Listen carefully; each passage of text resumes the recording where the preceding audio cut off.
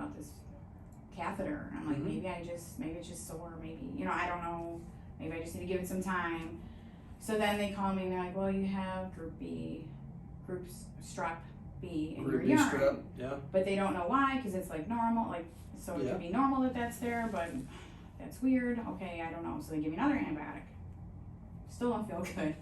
Well, you should probably see a urologist. And I'm like, a urologist? What? Like, I don't go to doctors. You know what I mean? Like, I'm pretty much healthy. Yeah. So I get into a urologist, but it was a while before I could because of COVID.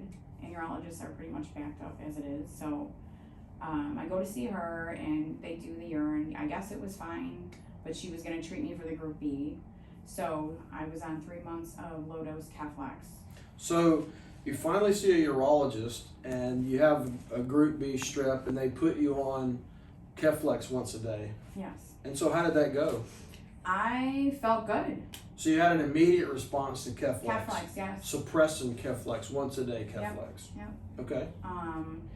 Symptoms went away. I felt good. I had energy. I started running again. So you feel completely resolved. Yeah, like that's what it felt like. Okay. I felt good. I was like, wow, maybe I just needed some the right antibiotic to help me with this. So I was running every day. I used to run 3-4 miles, and I started running again. I felt good. Everything was shut down. So I was like, this is gonna get my anxiety and my depression out. So I was running again every day for she had me on it for 3 months. So for 3 months I was running. I had a telemed with her, and she said, I'm going to cut you back to every other day.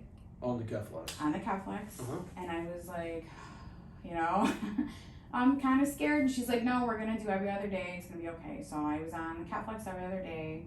And I want to say it might have been like a few weeks, maybe a month.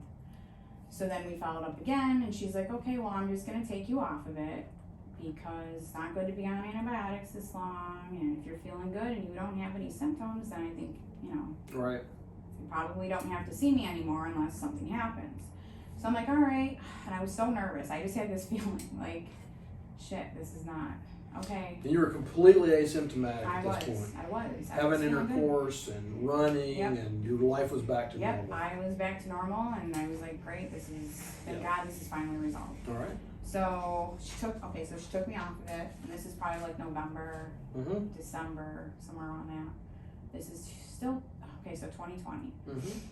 So 2021, so I'm still running, so it's like maybe the end of January. I want to say it was like a month or so. So you're off medicine for a month. Off of medicine. And then what happened? All of a sudden one day, everything just got really bad. Like back where you were. Right back where I was. I just had all this like throbbing, urgent, like uncomfortableness down here. Pressure in here. I was like, did I pull something when I ran? Like, what is going on? Like, it was crazy. So I was like crying. So it was Sunday night, so I couldn't call anybody. So I waited till the next day, called the urologist, called the gynecologist, whoever calls me back first at this point, that's where I'm going. So they finally did call me back that day. And they said, come in, we have an afternoon appointment. So I went right in, they did tests, and everything's fine. We don't see anything wrong with you. I go, it feels swollen, it feels like it's burning, like everything hurts, just check everywhere. Like I was like, I don't know what's going on. So they did, and they're like, maybe you should, go to the gynecologist, have your tests done. So I did, I got in with them, had all these tests done. All your cultures are negative. Like cultures and swabs. Swabs, cultures, everything. Okay. Everything's fine. We'll send you for blood work. Blood work was fine. I don't know. I don't feel good. So I'm trying to think what she did then. So then she was like, well, we can give you a rescue treatment, for your bladder. And I was like, what is that? So she told me, I go, right now I'll try anything. Like, I can't deal with this. So she did the rescue treatment, and it did help me. Not 100%, but at least I wasn't like having the urgency and this uncomfortableness. So that did help with that. Do you know what was in that? It was, I think it's like a steroid, a numbing. Xylocaine. Yeah. Cortisone. Yeah. So that did seem to help a little bit, and so then I go to the gynecologist. So then they did recommend like a Premarin cream, because she's like, maybe your estrogen is low. You just, had that going on. So they give me the cream. So I use the cream. It seemed to help. With the other, like this burning that was like everywhere. So I used the Premarin cream and the rescue treatment. So I would be good for a little while, and then I would just like not feel good again. So then I'm like, oh, gosh, I don't feel good. So I kept going back and forth. So it was just like back and forth. Who do I call today? Like I felt like honestly when I'd call, they'd be like, oh, it's so and so again. So I didn't even want to call them anymore because it was so discouraging. Mm-hmm. So then I started seeing a pelvic floor therapist, and she was like, I think you have a hip impingement or a labral tear, because I was having this pain, on my left side, and then I had like these lymph nodes in there. I'm like, why do I have these lymph nodes? This isn't, you know what I mean? This is. So you had palpable lymph nodes. Yes, you can feel them, and so I'm like, it usually is like infection, or inflammation from like a muscle tear or a hernia or something. So I've been to hernia doctors, hip doctors. They redid all my spinal MRIs. I've been everywhere, and everybody's just like, you have a hip impingement, but this is not causing your pain. You have back spinal problems, but that's not causing this. So I just was like, oh my God. So it just kind of got really depressing, and it was rough for a while. So, but I have kids, so like, you can't stop. I just kept pushing myself to get through the next day. So anytime anybody had antibiotics, I would take them because I didn't even care anymore. I was like, so and so has. You would like know somebody that had antibiotics, and you would go You're like, get them. hey, I have antibiotics. I'm like, I'll take them. Like, this is crazy. And when you would take those antibiotics, did you respond? Well, it's actually kind of a funny story. I started working for this girl, and she had in her office like a huge bottle of Amoxicillin, and I was working for her, and I started getting this flank pain like really bad, and these sharp pains, and she was like, that's like your kidneys. And I go, you think so? And she's like, yeah. So I'm like, oh, I don't feel good. I had like a low grade temp. It was like 99.9, and it was like tax season, and I was helping her, so I couldn't like leave her alone, So she's like, just take these, maybe they'll help. I took them. I felt great. Like, I was like, the pain went away, everything went away. I'm not calling any more doctors. I'm over doctors. I'm treating myself. And I had like an abundance of them. There was like 100 pills or something. So I took them, and I felt good again. That's not enough, by the way. No, Go ahead. I found that out.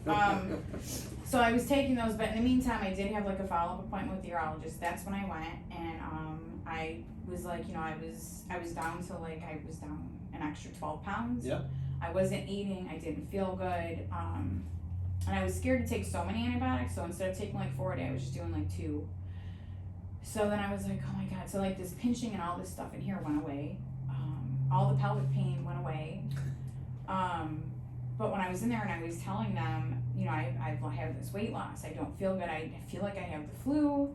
I can't get up. I have no energy. I have this flank pain. I think it's my kidneys. And I have the chills, nauseous, whatever. She's like, you live in Buffalo. It's 11 degrees outside. You're cold. Everybody's cold. And I'm like, no, this is not just being cold. I have layers on. I always have layers on. I have the chills. Like, I'm hot. So you're not cold. dressing approprially for the conditions, right? That's pretty much. This is a new one. This is a new low. Congratulations. They told me I should seek out counseling because. Counseling, because it's in your head now. Okay. Even when I went to the pelvic floor specialist, I had switched because one of the women she quit, so I switched over to another lady. And she, was like, how often do you think about this a day? I'm like, well, the pain's always there. So, I mean, how can I not think about it? 24/7 So when she you're awake, was kind of summing it up to, I was manifesting my own pain. And I was like, well, it's funny because when I am on antibiotics, I don't think about it because I feel good. So, I was working with her, and I was just so discouraged because I'm like, nobody believes me. Yeah. There's something going on. So I was like, I gotta find something. I need some support, whatever. So, I was actually on Facebook, and I found these groups, and I was like, these women have the same problems as me. This is crazy. Like, I didn't know. I never even heard of any of this. Like, they told me I had pelvic floor dysfunction, but I'm like, but why? This has never happened before. Yeah. Do you know what I mean? Have you ever had UTIs before this? No, I had like one when I was younger. That was it. There was nothing. You've had one UTI until you had a hysterectomy. All right. So does that catch us up? pretty much, like I told you, I had this, they sent me. Were you able to find antibiotics after this? And No. So I had, like, so I would get these little, like, things that they would say, oh, those are just from shaving, razor burns, like, cause I'm like, I think I had, like, a cyst or something, like, and then I had, so they put me on Keflex, and I was on Keflex, and all of a sudden, I had energy, I felt good, so they did labs, I would always have, like, trace blood, trace leukocytes, epithelial cells, all these would come back. So, but then they would go, well, that's not really. Did anybody ever do any DNA testing on your urine? I asked for it. You even asked for it? I asked for it because I didn't know anything about this, but the girls in the group were all talking about this microgen test, and what is this test, So when I went to the urologist, they go, there's gotta be something more. You can't just tell me this is it. Like, there is this test I heard about. It's microgen test. Like, they do this. And she's like, well, the bladder is not sterile. So it's not something that we can, like, easily interpret and do anything. But if you want it, like, I'll do it for you. Like, you're gonna have to pay out of pocket and this and that. And I was like, at this point, I don't care. I'll pay for it. She never sent it. She sent me the paperwork and everything, sent it back to her, and then I called. They told me that all my... So she said she would help you and didn't help you. She never sent it, and all her notes that I had gotten says that she was waiting for it and she was going to send it out for me. When was that? That was like in April of this year. Okay. April, May. Okay, so you never got it done. Okay. I had called for the results. They told me everything was normal, and I said that's not really how that works. Like, usually there's, you know what I mean, like, whatever. You asked for a microgen report. They didn't do it, and then they said it was normal. Okay. But I don't have it. It was never done. Yeah, of course. I never paid for it. Okay, so I don't have it. Have you been able to find antibiotics since April?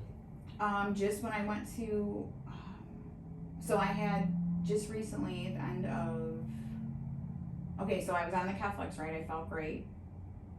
That was in June, end of May, June. Because right after I had the cystoscopy and the aerodynamics test, this is when I had, like, this thing come out that was super uncomfortable, and it was like an abscess, and there was, like, not E. coli, it was gram positive or gram negative, and then it turned to cellulitis. And what did they give you for that? What is going on? Like, this has never happened to me. And they're like, oh, you have so many problems. I'm like, oh, like, this is crazy. I just had these tests done like 2 weeks ago. Could this be from that? And da-da-da. Is this the problem the whole time that these things are coming out? Like, what? Like, I have stuff going on in here that you guys aren't catching. And they were like looking at me like I'm crazy. They put me on Keflex because they're like, it's cellulitis. So they give me the strongest antibiotic. Within a few days, I feel wonderful. I feel great. I'm not depressed anymore. I'm up. I'm doing yard work. I'm like, I feel so good. I was happy. I was laughing with the kids again. I'm like, oh my God, this is the answer. Like, maybe this is the problem the whole time. So I'm on it for like, I think it was 10 days. I'm off of it. So this is like the end of May, beginning of June. So everything was great. I was at wedding dancing. I was so happy. Able to have sex again with my husband. Everything was wonderful. And just in 10 days. 10 days. Felt great. Went to pelvic floor therapy. What are you doing? You feel like you don't even need to come to see me anymore. I'm like, I had this infection that they finally saw. Maybe this is it. Oh, that's wonderful. Everything's wonderful. Middle of July, everything's right back. So how long were you good for? A month? So I probably ended the Keflex like a couple days into June, right? So maybe like June 7th, let's just say. By the middle of July, July 16th.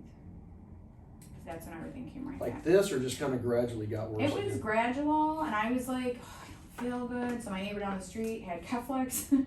Oh, my daughter has it. I'll bring you some. Because I had this trip that I was going on. I was like, oh my God, I can't go like this. So she brought it to me. It was like a couple days maybe. She brought it to me and started taking it again. But then like the low grade temps were still there.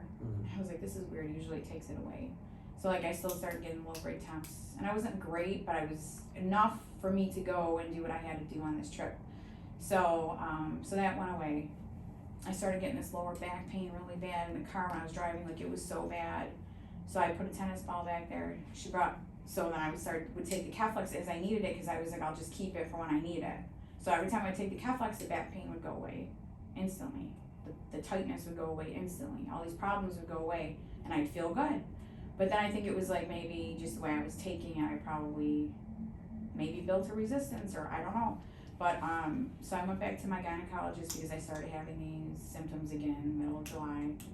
And I was like, look, you have to do something. I can't go on like this. I have to have something. I have to have an infection.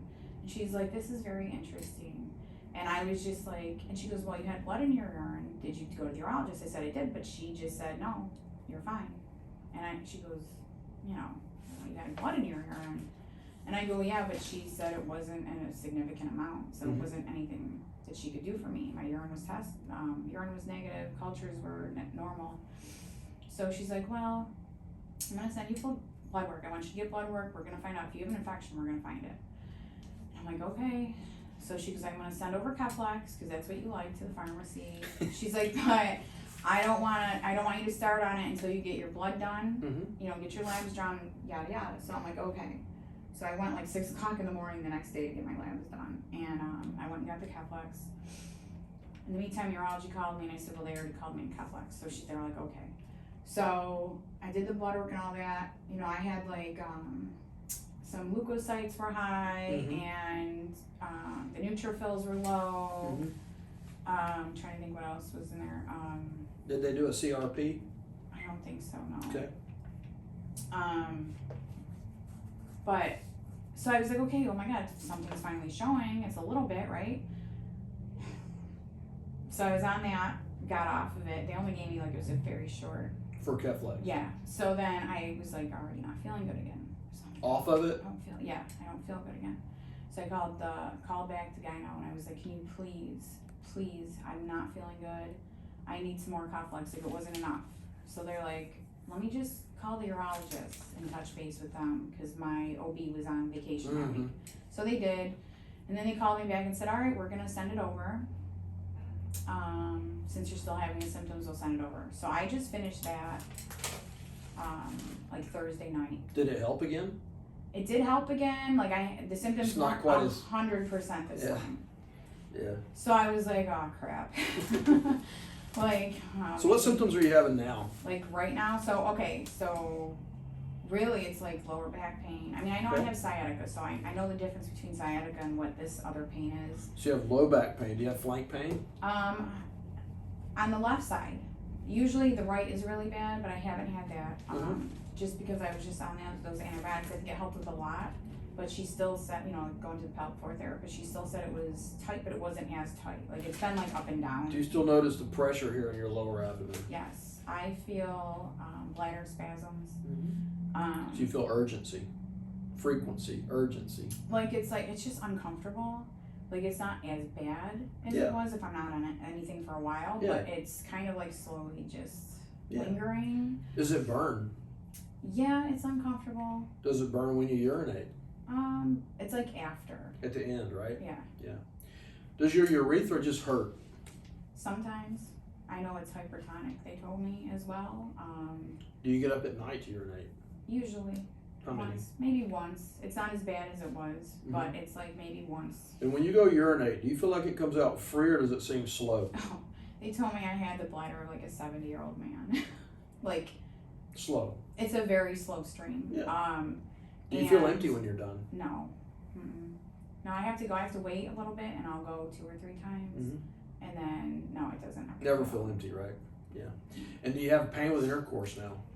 Well, I haven't had any because I just don't feel good. So I'm when was the last time you had intercourse?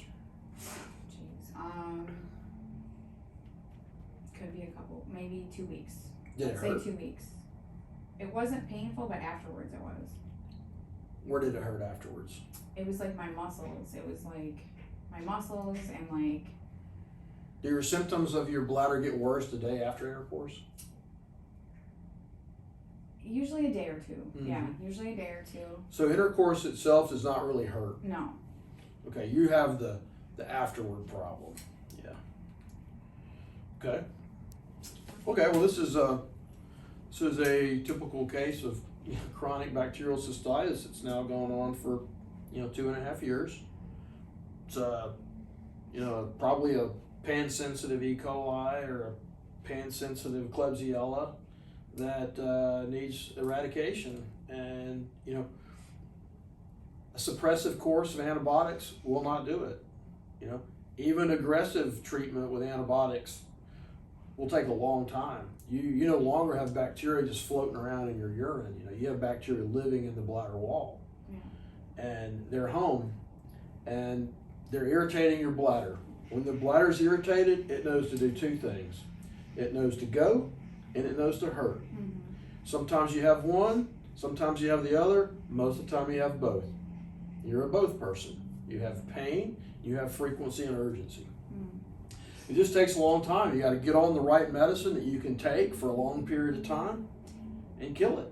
I mean, you're looking at a year or two to get completely well. Right. You know, 3 months doesn't work, right? No. Yeah. So, you know, you just have to be patient, understand that, you know, we know what the problem is. You know, you don't need any psychiatric evaluations, you know, you just need, you need to get on medicine to kill these bacteria because they're irritating your bladder, right? Yeah. It's going to be okay one day, but it's going to take time. Now I want you to put your mask on for just a second. And then I want you to turn around once you get your mask on. And I want you to go look in that camera with those beautiful eyes that you have and let them see your eyes. Go let her look at her eyes. You see those eyes? Those are the eyes of a patient with chronic bacterial cystitis. Okay? Almost everyone, ma'am, you can turn around this way now. Almost everyone with your problem has eyes that are just like that. They're green or blue or a mixture. Rarely does anybody come in with your story that has brown eyes, dark eyes like I have. Okay? So it's a genetic problem. You know, there's something wrong with you, right? And something tipped the scale, you know, after your surgery. You were stressed, your body was stressed, you got an infection after surgery, and for whatever reason, your body did not have the strength or the immune, something was off, and it let those bacteria invade, and they've been there ever since. We'll get you well. It's just gonna take time. Okay? Okay. Thank you. Yeah. Come here.